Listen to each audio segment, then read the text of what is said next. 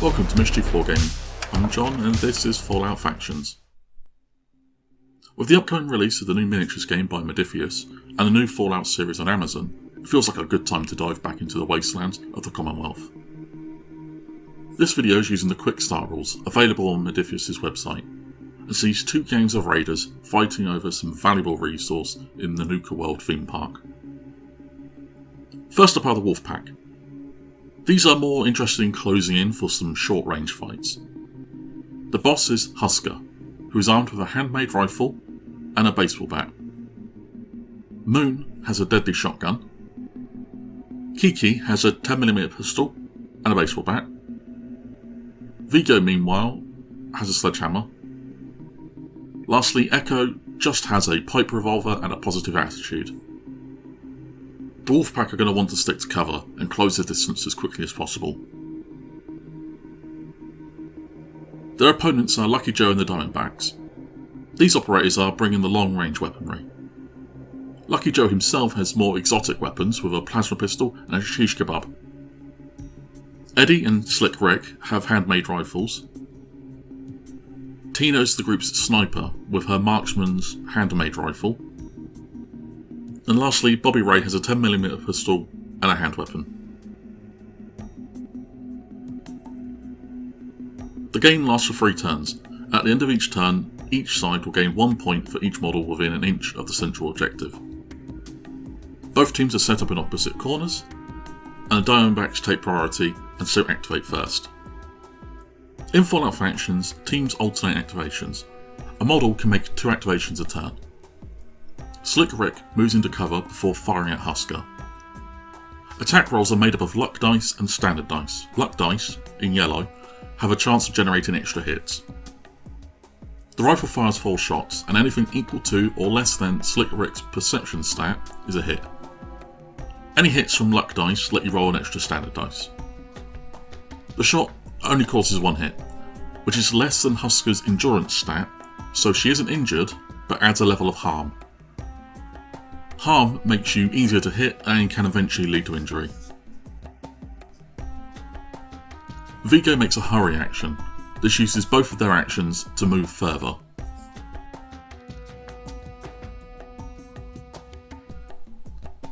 Lucky Joe makes a get moving action. Any friendly model within his charisma range can use one of their actions to move at the same time as him.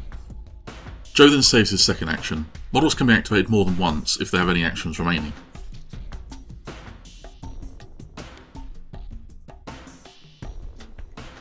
Husker also performs a get moving action.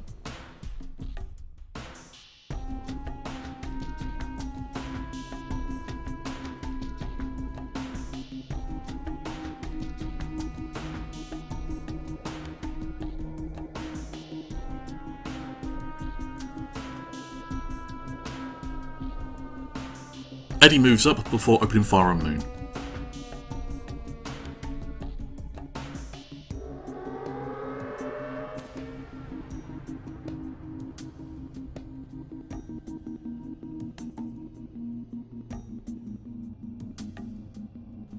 He has a higher luck stat than Slick Rick, but still only causes 1 hit, increasing Moon's harm. Kiki moves in towards the objective. A model cannot perform the same action twice during the same activation, but as Kiki's first move wasn't in this activation, she's able to move again. Bobby Ray then does the same.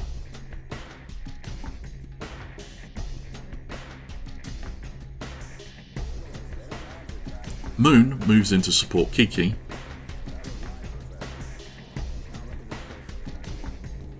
While Lucky Joe takes his second activation and moves in towards the objective.